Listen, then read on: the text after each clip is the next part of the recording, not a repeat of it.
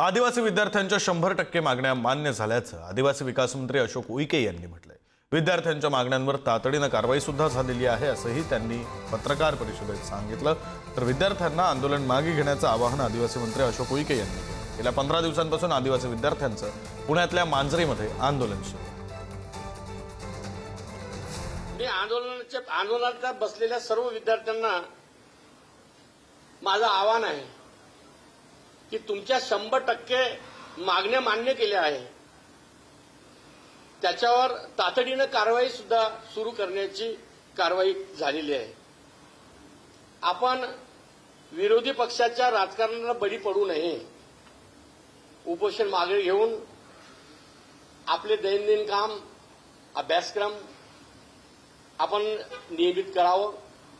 महाराष्ट्राचे मुख्यमंत्री देवेंद्रजी फडणवीस तुमच्या सदैव पाठीशी आहे, अशा प्रकारचं मी सर्वांना आवाहन केलेलं आहे। मांजरीमध्ये आदिवासी विद्यार्थ्यांचं जे उपोषण सुरू आहे त्या ठिकाणी आपण आहोत। मंत्री अशोक उईके यांनी थोड्या वेळापूर्वी जी माहिती दिली त्यात त्यांनी असं म्हटलं की पुणे विद्यापीठामध्ये तुमच्यासाठी वसतिगृह बांधू, त्यासोबतच तुमच्या 100% मागण्या ज्या आहेत त्या मान्य केलेल्या आहेत। 100% मागण्या ते जरी बोलले असतील की आम्ही पूर्ण केल्या, परंतु जोपर्यंत परिपत्रक येत नाही तोपर्यंत आमचा हा अन्नत्याग आमरण उपोषणाचा जो लढा आहे तो चालूच राहील।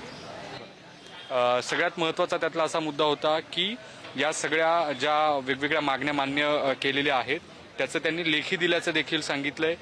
जो निर्णय होता 5 ऑगस्टचा रद्द करण्याचा तो देखील रद्द केल्याचं सांगितलंय।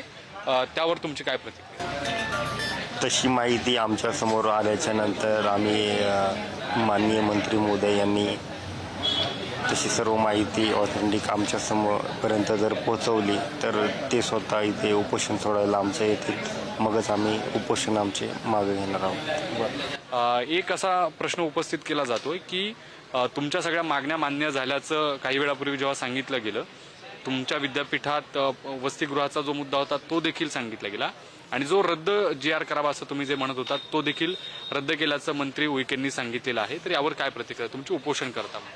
आतापर्यंत आमच्यापर्यंत अजून लेखी काही ठोस पुरावे आले नाही, त्यामुळे आम्ही ठाम आहोत आमच्या उपोषणावरती।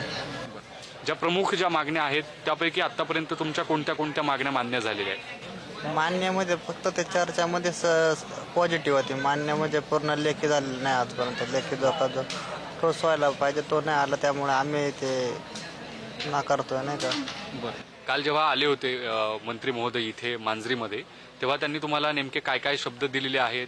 त्या सगळ्या बैठकीमध्ये त्यांनी तुम्हाला काय आश्वस्त केलं? त्याबद्दल मला तरी एवढी कल्पना नाही, कारण का मी काल पण हॉस्पिटलला गेलो होतो। बाकी नाही एवढं काय माहिती या गोष्टींबद्दल, पण काय अजून त्यांनी ठोस निर्णय घेतला नाही। करू असं म्हणजे भविष्य दाखवलेलं आहे, आश्वासनं दिलेली। एक आशेचं किरण आमच्यापर्यंत लाभलेलं आहे, पण याचा प्रकाश आमच्यापर्यंत येतोय की आम्हाला अंधारात ठेवतो यावरती आमचा प्रश्नच नाही।